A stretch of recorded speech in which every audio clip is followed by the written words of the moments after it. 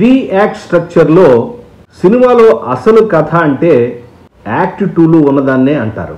Plot point 1 దగ్గర నుంచి start అయ్యి ప్లాట్ పాయింట్ 2 దాకా ఉన్న కథని యాక్ట్ 2 అని అంటారు. ఈ యాక్ట్ 2 అనేది 2 పార్ట్లుగా ఉంటుంది. First half of act 2 and second half of act 2. Act 2ని 2 భాగాలుగా చేసేదే మిడ్ పాయింట్. ఆ మిడ్ పాయింట్నే మనం సుమారుగా ఇంటర్వెల్ అని అనుకుంటాం. ప్లాట్ పాయింట్ 1 నుంచి ఇంటర్వెల్ దాకా అంటే మిడ్ పాయింట్ దాకా ఉన్నదాన్ని ఫస్ట్ హాఫ్ ఆఫ్ యాక్ట్ 2 అంటాం. ప్లాట్ పాయింట్ 1 దగ్గర కథానాయకుడికి ఒక గోల్ ఏర్పడుతుంది. ఆ గోల్ దిశగా తను ఎటువంటి ప్రయాణం చేశాడు అనేదే ఈ ఫస్ట్ హాఫ్ ఆఫ్ యాక్ట్ 1 యొక్క కథ.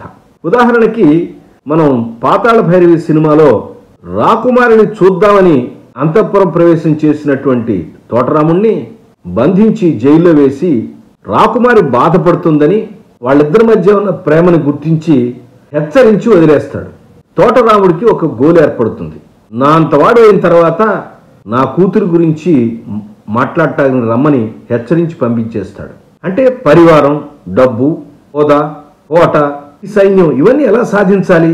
ఇలా సాధించడానికి తల్లి దగ్గర ఆశీర్వాదం తీసుకుని బయలుదేరతాడు తోటరాముడు.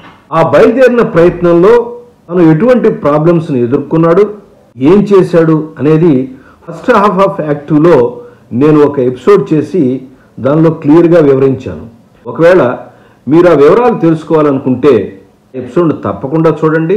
కథ, స్క్రీన్ ప్లే, దర్శకత్వాన్ని గురించినటువంటి విశేషాలను తెలియచేసేటువంటి ఎపిసోడ్లు ఉన్న ఛానల్ తెలుగు యంగ్ డైరెక్టర్స్.